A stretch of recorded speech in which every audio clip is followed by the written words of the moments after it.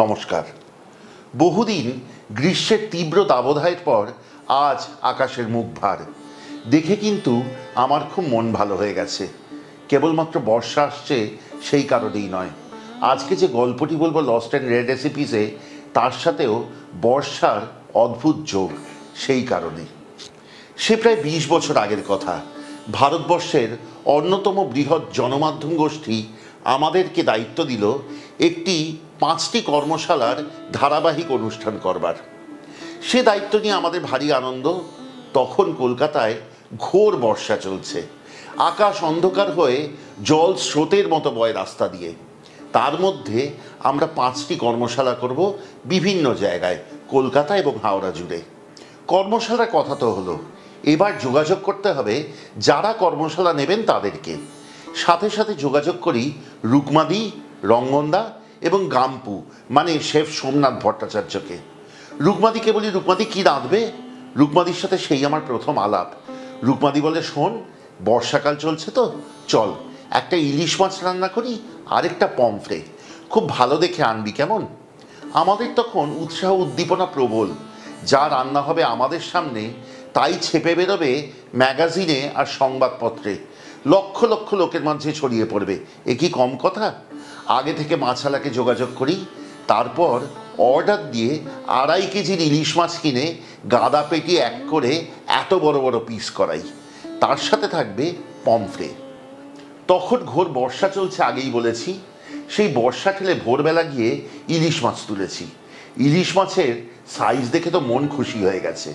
তারপরে গেছি পমফ্রে মাছ কিনতে। বাবু অর্থাৎ অমিতের ভাই আমার সাথে গেছে বাজার করবে বলে। বিপুল উৎসাহ উদ্দীপনা। পমফ্রে মাছওয়ালাকে বলেছি, আপনি মাছের গাগুলো একটু চিড়ে দিন। বাবু গম্ভীর হয়ে তাকিয়ে বলে, এই শোন, তুই মাছের গাগুলো চিড়তে বললি কেন রে? আমি বলি, কারণ মাছ রান্না হলে মশলা ঢুকবে তাই। বাবু খানিকক্ষণ গম্ভীরভাবে চুপ করে থাকে, তারপর চিবুক চুলকে টুলকে বলে, শোন, মাছ তো রান্না হবার সময় মশলা ঢুকবে, তুই এখন কেন চিড়তে বললি? মাছওয়ালা হতভম্ব হয়ে মাছ আঁশবটিতে নিয়ে ধরে দাঁড়িয়ে তাকিয়ে থাকে বাবুর দিকে। বাবুকে আমিও কি উত্তর দেবো বুঝতে পারি না সত্যি বলতে। তাড়াতাড়ি করে মাছওয়ালার দামটা মিটিয়ে বেরিয়ে আসি। যাই হোক, মাছ কেনা হয়েছে। এবার রুকমাদির কাছে গিয়ে আরেক বিপদ। ভাবলাম কি একটা রাজ্য জয় করে এসছি। রুকমাদি ইলিশ মাছ দেখে বলে, আরে তোটা বেঁধে আনবি নাকি ধরে আনতে বললে? এই এমন মাছ এনেছিস, কড়াইতেই তো আঁটবে না, আমি কি করে রান্না করব লোকের সামনে? যাই হোক, কাঁচুমাচু করে বললাম, তুমি যে করে হোক একটুখানি ম্যানেজ করে নাও। রুকমাদির সাথে সেই প্রথম আলাপ। মাঝে ২০ বছর পেরিয়ে গেছে। গঙ্গা দিয়ে বয়ে গেছে কত জল, সেদিন বর্ষায় রাস্তা দিয়ে বয়ে যাওয়া জলের মতোই। এ সম্পর্ক গভীর থেকে হয়েছে গভীরতর। যাদের দেখে রান্নায় অনুপ্রেরণা পেয়েছি, রুকমাদি, রঙ্গনদা, গাম্পু অর্থাৎ সোমনাথ তাদের মধ্যে অন্যতম। রুকমাদিকে আজকে আপনাদের সামনে আনতে পেরে এমন আনন্দ যে বলে বোঝাতে পারবো না। বলেছি, রুকমাদি ৩টে পর্ব করবে কিন্তু আমাদের সাথে। আজকে তার প্রথম পর্ব। আজকে শিখব রুকমাদির কাছে মুসুরির ডালের পাতুরি কুমড়ো পাতায়। চলুন শিখি।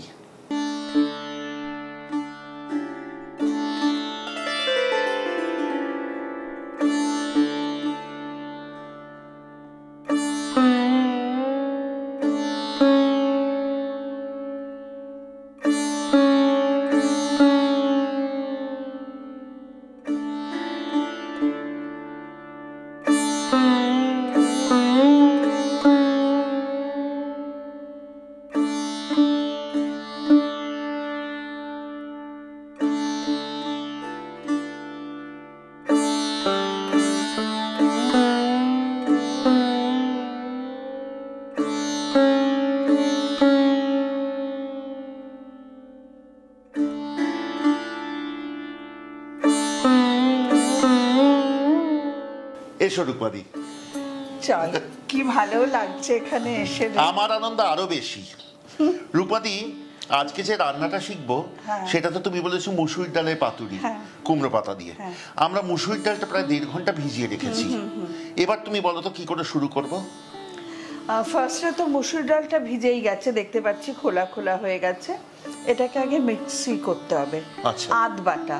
আগেকার হ্যাঁ, কিন্তু এটা একদম পুরনো রান্না, কিন্তু আমি আজকালকার মতন করে বলছি, কেউ নিশ্চয়ই শিলনোড়া নিয়ে বসে যাবে না, বসতেই প্রবলেম, হাঁটুর প্রবলেম। তো কাজে এটা আধ বাটা, মিক্সিতে কিন্তু ভীষণ বেশি গ্রাইন্ডেড হবে না ব্যাপারটা, মানে অল্প অল্প করে করতে হবে, জাস্ট একটু ঘুরিয়ে নিলে হবে। শোন, ডালের সাথে আমি 4-5টা কাঁচা লঙ্কা দিয়েছি। এবার যে যেমন ঝাল খায় সে তার ইচ্ছা মতো দেবে। আচ্ছা,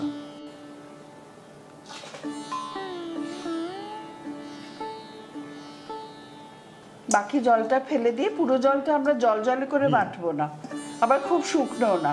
এবার হাত দিয়ে পরিষ্কার করে এক্সট্রা জলটা ফেলে দিয়ে দিয়ে দিলাম। ওকে।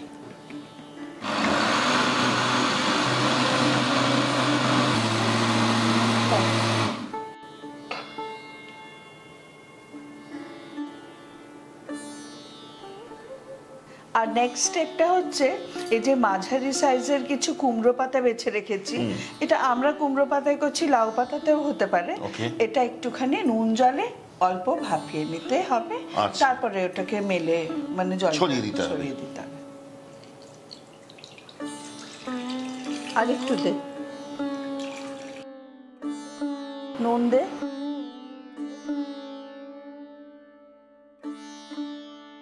বীজ ফুটে গাছ যখন বেরোয় তখন প্রথমে তার পাতা দেখতে পাই, একটু বড় হওয়ার পর সে তার শিকড় গভীরে পৌঁছতে আরম্ভ করে।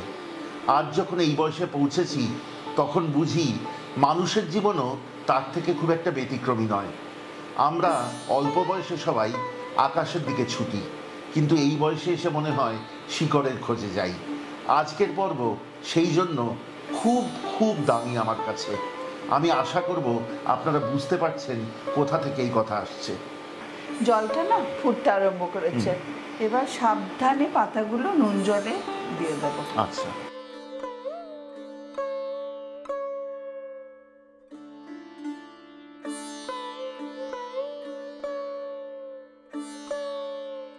রূপমতি ভাপানো হয়ে গেছে, একদম তুলে দে।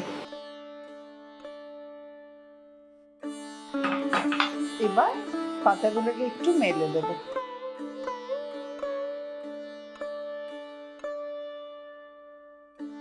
এবার ডাল বাটাটা রাখ, সব মেশাতে হবে। আমাদের ডাল বাটাটা আছে এখানে 250 গ্রাম ডাল ভিজিয়ে আধ বাটা করে রাখা আছে। এখানে আমরা দেব 2টো বড় পেঁয়াজ, কিন্তু এরকম ফাইনলি চপড। হ্যাঁ, তো সেটা দিয়ে দিচ্ছি। এবার 10-12 কোয়া রসুন কুচোনো আছে, এটাও দেব, 10-12 কোয়া আছে। এইবার প্রায় 1.5 টেবিল স্পুন মতন কুচোনো আদা। এবার কাঁচা লঙ্কাটা দিলাম, আমার হিসাব মতো 10-12টা তো লাগবেই। এবার কেউ যদি ঝাল কম খান তো কমই দেবেন। এবার 1 চা চামচ হলুদ গুঁড়ো, 1 চা চামচ লঙ্কার গুঁড়ো, 1 চা চামচ মতন কালো জিরে, স্বাদ মতো নুন দেব, 1 চা চামচ পরিমাণ চিনি। দেখ সব তো মিশিয়ে দিয়েছি, এবার সবটা মাখবো ভালো করে। আচ্ছা, এখনই কি ভালো গন্ধ বেরোচ্ছে রূপাদি? তাই খেতে খুব ভালো হয়, আর কিচ্ছু লাগে না। এটা আর এটা যেই তেলে ভাজা হবে সেই তেলটা একটু ভাতে মেখে খেলে, তাই না, ব্যাস, আর মাছ মাংস ছুবি না। শোন, আর একটু চিনি, একটু নুন আর লঙ্কা লাগবে। আর দর্শকদেরকেও বলছি, সবাই কিন্তু না চেখে রান্নাটা করাটা না কোনো মানে নেই, ভীষণ বোকা বোকা লাগে। অনেক সময় আমরা কেউ ম্যাজিক জানি না, হাতের জিনিস একটু এদিক ওদিক হতেই পারে। তো আবার ভালো করে মেখে নিলাম, ব্যাস। এইবার কিন্তু আমাদের পাতায় মোড়ার পাতা, এটা বেশ তেলে নুনে ঝালে বেশ ভালো রসরসে হবে, ঝাল ঝালি হবে। শোন, এইবার না এইগুলোকে গড়ে সাথে সাথে বেগুনের মতন ইনস্ট্যান্ট। হ্যাঁ, এটা কিন্তু শ্যালো ফ্রাই হবে, কিন্তু মুচমুচে ভাজা হবে। হ্যাঁ, মনে হয় না পুরোটা লাগবে, না লাগবে রে। ব্যাস, এবার তেলটা গরম হতে দে।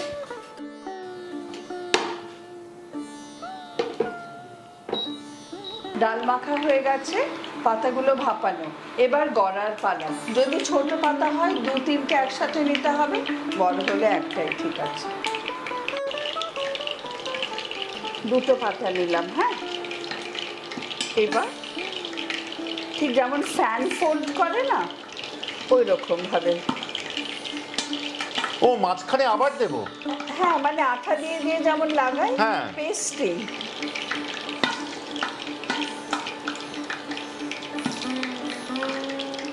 এবারে ওপরের পাতাতেও খানিকটা ডাল লাগিয়ে আটকে দিতে হবে।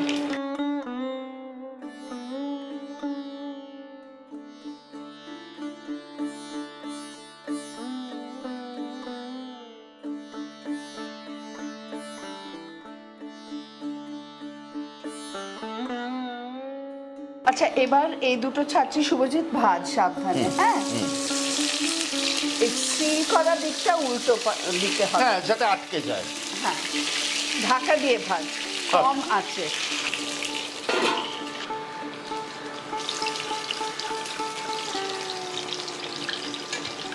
ঠিক একইভাবে বাকি সব কটা ভেজে ফেলতে হবে। আচ্ছা,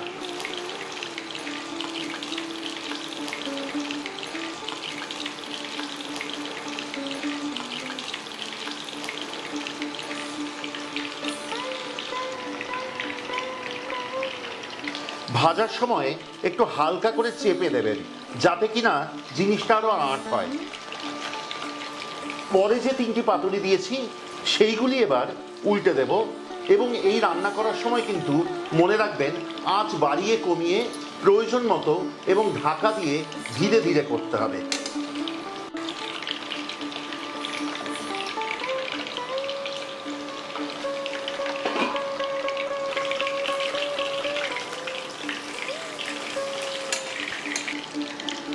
হাই ফ্লেমে ভেজে দে।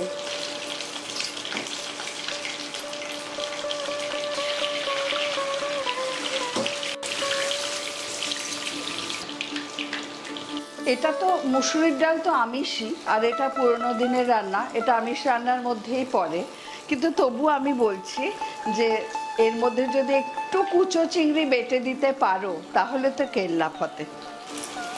আমি ভাজতে শুরু করলেও রূপমাদি আমার থেকে ভাজার দায়িত্ব নিয়ে নিয়েছে। যতক্ষণ রান্নাটি হচ্ছে আপনাদের সবার কাছে অনুরোধ রাখবো, কেমন লাগলো আজকের পর্বটি এবং আমাদের চ্যানেলের অন্যান্য পর্ব দয়া করে আমাদের লিখে জানাবেন, কমেন্টে লিখবেন। যদি ভালো লাগে সাবস্ক্রাইব করে সঙ্গে থাকবেন, খুব আনন্দ পাবো। এছাড়াও যদি চান আমাদের চ্যানেলের সব রান্নার নোটিফিকেশন আপনাদের কাছে প্রথম পৌঁছয়, তাহলে অবশ্যই বেল আইকনটি টিপে দেবেন। আজকের পর্ব আমি আগেই বলেছি আমার গুরুদক্ষিণার পর্ব। এ পর্বটি কেমন লাগলো অবশ্যই জানাবেন। ধন্যবাদ।